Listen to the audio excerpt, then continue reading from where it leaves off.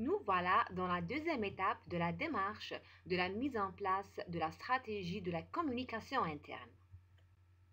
Cette étape se compose de plusieurs éléments essentiels à définir afin d'assurer une mise en place pertinente de la stratégie de communication interne.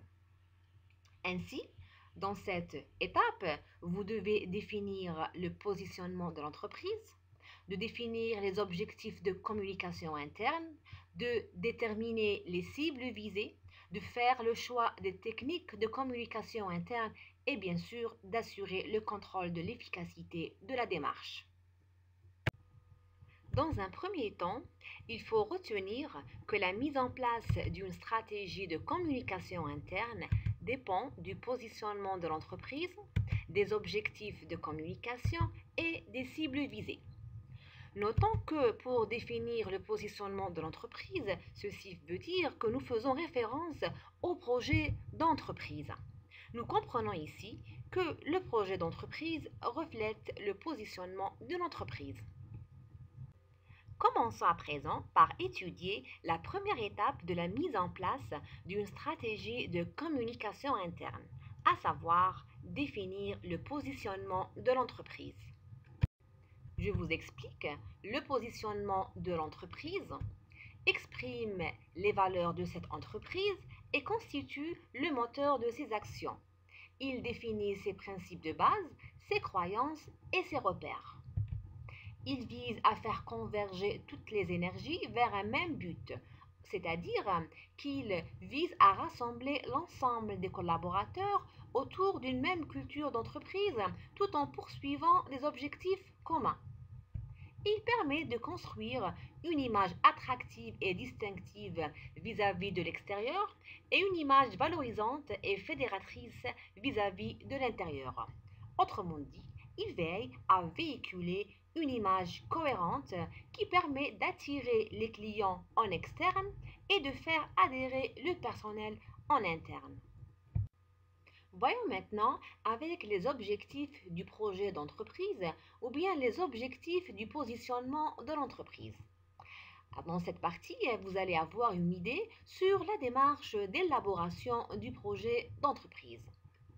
La première étape sera de rappeler la vocation de l'entreprise, rappeler son histoire, rappeler son métier, sa mission économique, sa mission sociale, rappeler ses réalisations, ses atouts, ses avantages concurrentiels, etc. Dans une deuxième étape, il faut fixer une ambition. Quelle place veut l'entreprise atteindre dans son secteur d'activité? Quel positionnement concurrentiel veut-elle avoir, c'est-à-dire quelle place concurrentielle l'entreprise veut-elle occuper? Est-ce leader de son secteur d'activité? Est-ce challenger? Est-ce suiveur? Etc. Précisons que ce positionnement concurrentiel dépend fortement de l'étape précédente, d'où l'intérêt de bien la déterminer. Troisième étape, on doit affirmer les valeurs de l'entreprise. Quelles sont les valeurs qui vont guider les actions du personnel? Rigueur, professionnalisme, solidarité, écoute, partage, humanisme, collaboration, positivisme, etc. Ensuite, dans une quatrième étape, on doit définir les objectifs à atteindre. Ici, nous faisons référence aux objectifs de l'entreprise de manière générale. Et enfin, établir un plan d'action à court, à moyen terme qui va nous permettre de passer des intentions à l'action. Notons que la démarche d'élaboration du projet d'entreprise implique une réflexion sur ses valeurs puisqu'elle va définir les règles du jeu et va proposer un mode de vie dans l'entreprise. Par ailleurs, elle constitue le cadre de référence qui va garantir l'unité du personnel et qui va stimuler sa mobilisation. Une fois le positionnement de l'entreprise défini, on passe à la seconde étape de la démarche de la mise en place d'une stratégie de communication interne qui consiste à définir les objectifs de la communication interne. On entame à présent avec la définition des objectifs de la communication interne. D'abord, il faut retenir qu'on distingue habituellement 5 niveaux d'objectifs de communication interne.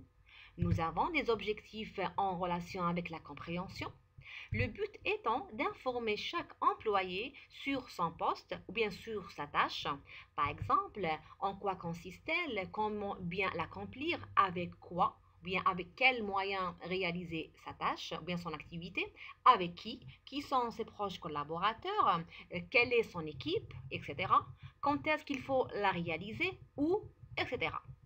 Ensuite, il faut aussi informer chaque employé sur l'entreprise, notamment sur son secteur d'activité, sur l'organisation de l'entreprise, sur le mode de rémunération, ou bien les options de rémunération proposées par l'entreprise, sur les différentes formations proposées également, sur les résultats obtenus et sur les résultats attendus, sur les projets réalisés, les projets en cours de réalisation et les projets futurs.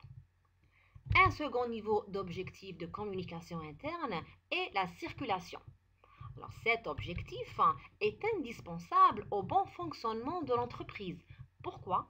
Parce qu'il garantit la bonne circulation de l'information entre les différents acteurs de l'entreprise et ce en vue d'une meilleure coordination. La définition de relais de communication en est un exemple. Troisième niveau d'objectif de la communication interne, la confrontation. À travers l'objectif de confrontation, on essaiera de faire comprendre à chaque employé la place qu'il occupe dans l'entreprise et la valeur ajoutée qu'il doit délivrer. Et donc cet objectif de confrontation permettra à chaque employé de bien comprendre son rôle dans l'entreprise, de trouver sa place dans l'organisation, de bien se situer dans l'entreprise et bien sûr d'appréhender sa contribution à l'activité de l'entreprise. La cohésion.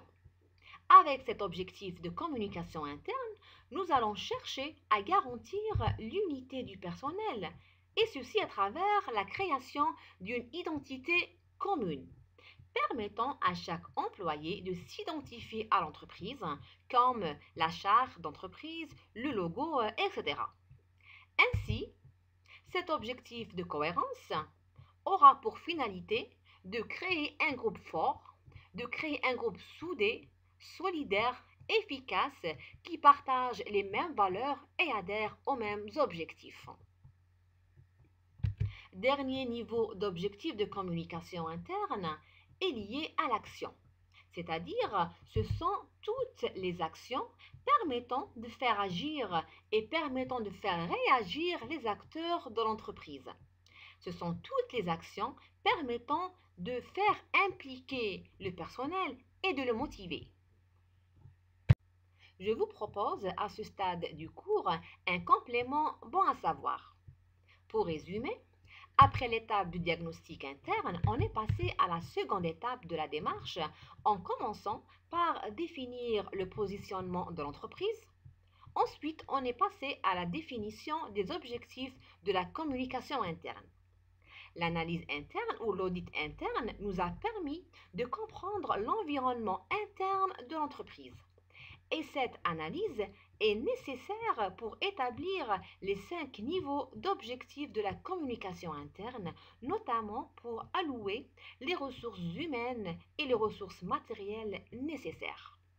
Et c'est pour cette raison que le responsable de communication interne ou le manager doit fixer des objectifs SMART.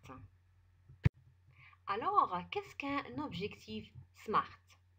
SMART est un mot mnémotechnique qui veut dire spécifique pour S, mesurable pour M, accepté pour A, réalisé et ambitieux pour R, défini dans le temps pour T. Et donc, pour définir un objectif de communication interne, quel que soit son niveau d'objectif, cohérence, action, cohésion, etc., le manager ou le responsable de la communication interne doit veiller à ce qu'il soit SMART. C'est-à-dire que le contenu de chaque objectif de communication interne doit répondre à ces critères. Je vous propose ci-après un exemple de compréhension. Pour qu'il soit SMART, l'objectif de communication interne doit d'abord être spécifique. Alors, qu'est-ce qu'un objectif de communication spécifique? Eh bien, il faut qu'il soit en même temps simple, précis et clair. Exemple fixé comme objectif, améliorer la formation du personnel. Alors, il est vrai que c'est un objectif simple, mais il n'est pas précis et il n'est pas clair. Quel type de formation, quel personnel, etc. Et donc, on peut proposer un objectif simple, précis et clair. Par exemple, on dira améliorer le niveau de formation du personnel à l'utilisation du nouveau logiciel. Ainsi, il est important de bien spécifier l'objectif de communication tout en étant simple, précis et clair. Deuxième critère, l'objectif de communication doit être mesurable. Pourquoi? Eh bien, afin qu'on puisse évaluer son impact. Un objectif mesurable veut dire qu'il doit contenir une mesure, soit sous forme de pourcentage, soit un chiffre, un nombre, etc. Reprenons l'exemple précédent. Améliorer le niveau de formation du personnel à l'utilisation du nouveau logiciel. Il est vrai que c'est un objectif spécifique, mais il n'est pas mesurable. C'est un objectif qui est vague, qui est sans limite. Et donc, on pourra le rendre mesurable en disant par exemple augmenter le niveau de formation du personnel à l'utilisation du nouveau logiciel de 15%. Avec ces 15%, avec ça, nous avons rendu notre objectif mesurable. Après qu'il soit spécifique et mesurable, notre objectif doit être accepté. Alors pourquoi accepter? Eh bien accepter déjà par les collaborateurs. Accepter pour qu'il soit mis en place, pour qu'il soit réalisé. Autrement dit, on ne peut pas forcer nos collaborateurs, on ne peut pas leur imposer des objectifs, mais on va leur proposer, bien l'aider à le proposer et bien sûr, on doit travailler la manière de l'énoncer. Par exemple, on va commencer par annoncer l'objectif en disant comment d'après vous, comment pensez-vous, comment envisagez-vous, etc. Le but étant ici de faire impliquer les collaborateurs et de les faire participer à trouver les solutions adéquates. Alors si on reprend l'exemple précédent, on dira comment d'après vous, bien comment selon vous, pouvons-nous augmenter le niveau de formation du personnel à l'utilisation du nouveau logiciel de 15%. Ensuite, l'objectif de communication doit être réaliste et ambitieux. Il sera question de le rendre réaliste et ambitieux. En effet, on doit fixer un objectif rationnel qu'on peut atteindre avec les moyens humains et les moyens financiers de l'entreprise. Toutefois, l'objectif ne doit pas être trop facile et peu motivant, ni trop dur et décourageant, mais il doit représenter un challenge ou un défi réalisable par les collaborateurs. Jusqu'ici, notre objectif de communication interne n'est pas encore SMART. Il en deviendra lorsqu'il sera défini dans le temps. Ainsi, on se doit de fixer une date limite, on se doit de fixer une échéance à notre objectif. Pourquoi?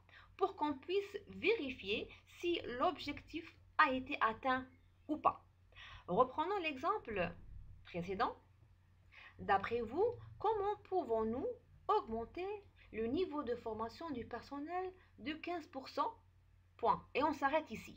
L'objectif n'est pas du tout smart, n'est pas pertinent, parce qu'on ne sait pas jusqu'à quand faut-il augmenter le niveau de formation de 15%. Et donc cet objectif n'est pas smart, car il n'est pas défini dans le temps. Pour le rendre smart, on peut proposer l'objectif suivant. Selon vous, bien d'après vous, comment pouvons-nous augmenter le niveau de formation du personnel à l'utilisation du nouveau logiciel de 15% d'ici 9 mois? Ainsi, après 9 mois, après la date d'échéance, on pourra contrôler si notre objectif a été atteint ou pas. Si nous avons pu faire augmenter le niveau de formation du personnel de 15% ou pas. Si oui, cela veut dire que nous avons réussi et notre plan et notre stratégie étaient parfaites. Sinon, on doit revoir notre plan d'action et proposer un nouveau qui nous permettra d'atteindre notre objectifs. Ainsi, un objectif de communication interne SMART doit répondre à tous ces critères en même temps. Ça veut dire il faut qu'il soit en même temps spécifique, mesurable, accepté, réaliste et défini dans le temps. Avec ça, on aura terminé avec la définition des objectifs. On passera à présent à la définition des cibles de la communication interne. Pour étudier les cibles de la communication interne, je vous invite à la troisième partie du cours. Alors je vous dis bon apprentissage et à très bientôt.